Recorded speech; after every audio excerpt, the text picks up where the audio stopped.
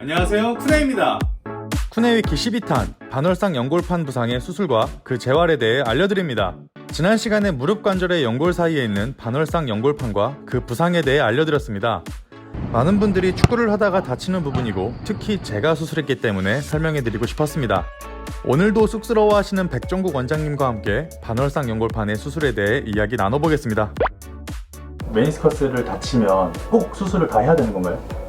이것도 한 번에 대답을 딱 해주면 좋겠지만 그 메니스커스가 찢어져 있는 양상, 예를 들면 길게 찢어졌다든지 아무리 옆으로 이렇게 찢어졌다든지 아니면 방사형으로 이렇게 찢어졌다든지 그 찢어진 양상 그리고 찢어진 부위가 어디냐에 따라서 맨 뒤쪽에 있는 메니스커스가 수평으로 파열되는 거는 대부분이 퇴행성 파열이기 때문에 그거는 뭐 굳이 수술을 안 해도 된다.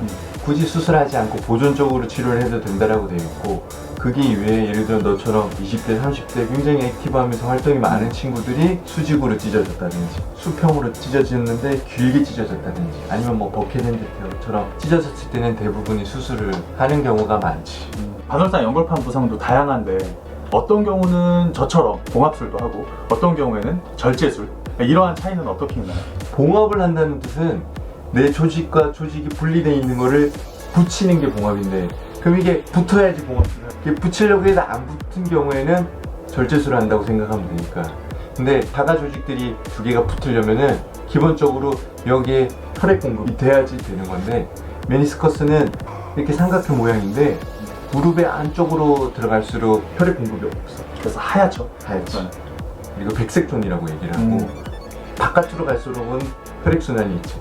그래서 여기는 레드존이라고 하는데 이 레드존에서 찢어져 있는 양상에 따라서는 봉합술을 하는 경우가 많고 화이트존으로 갈수록은 이게 아무리 꼬매도 안 붙기 때문에 봉합술을 했을 때 실패율이 높아지는 거지. 그래서 그때는 절제술을 해야 되는 거고. 근데 만약에 레드존인데도 이게 찢어진 게 굉장히 오래됐다. 보통은 그 기준이 2개월 정도로 생각하긴 한데 나이가 많고 다친 지가 오래됐고 비록 레드존이지만 그럴 경우에는 봉합술을 하더라도 실패할 가능성이 많기 때문에 불가피하게 절제술을 하는 경우도 종종 있죠. 저는 리페어를 했는데 축구 선수는 특히 웬만하면 잘라내는 경우들이 많나요? 우선은 축구 선수를 설명하기 전에 봉합술이랑 절제술의 어떤 회복을 보면은 봉합술은 앞에 얘기했지만 자가 조직이 붙어야 되니까 이 붙을 시기까지는 보호를 해줘야 돼요. 체중을 실으면 안 돼. 그게 최소 6주. 맞아요. 한 달 반. 네.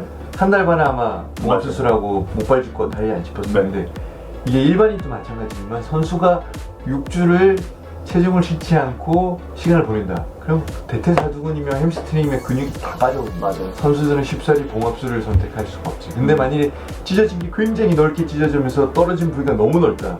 근데 이걸 절제술 했을 때 남아있는 부분이 너무 적어져서 나중에 나이가 들어서 관절염 올 수 있는 위험성이 너무 높아질 것 같으면은 선수들도 비록 회복과 재활 기간이 길어지지만 봉합술을 해야 되지만 그 정도가 아니라면은 사실 빨리 복귀하고 근손실을 최소화해야 되기 때문에 다 주로 절제술을 하게 되고 사실 수술한 개념상으로 보면 절제술하고는 그 다음날부터 걸어대는 거지. 수술보다 더 큰 문제는 재활입니다. 수술과 회복 기간을 거치는 동안 빠져버린 근육과 잃어버린 감각을 다시 살려내야만 합니다. 자, 딱 3가지만 기억하세요. 각도, 근력, 고유 감각.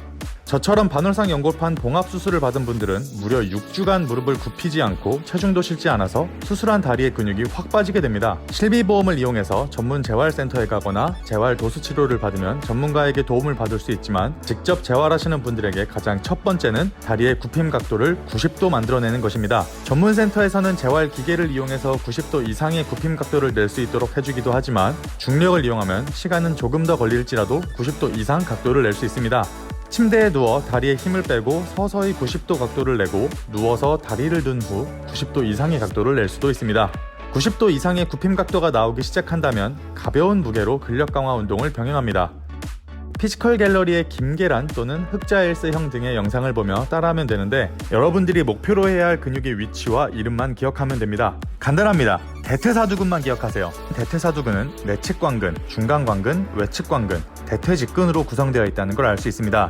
외측광근은 하체 운동을 하면 가장 잘 자극되고 잘 강화되기 때문에 별로 신경 안 쓰셔도 됩니다. 특히 내측광근 강화에 집중하셔야 합니다. 건강함의 특징이자 무릎 안정성의 가장 핵심적인 대퇴사두근을 집중 강화하는 것이 중요합니다. 마지막으로 고유 감각. 절뚝거리던 걸음걸이의 회복과 불균형적인 체중 분배를 복구해야 합니다.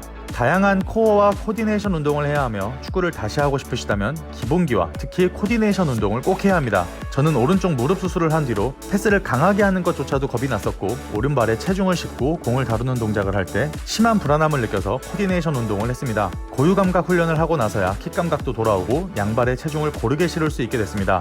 여러분 모두 다치지 않아야겠지만 혹시라도 다치게 되거나 무릎 통증이 있는 경우에 이 영상이 도움되시길 바라겠습니다. 이 영상을 만들기 위해 많은 분들이 도와주셨으며 다음 쿠네위키 13탄 전방 십자인대 부상에 대한 내용으로 돌아오겠습니다.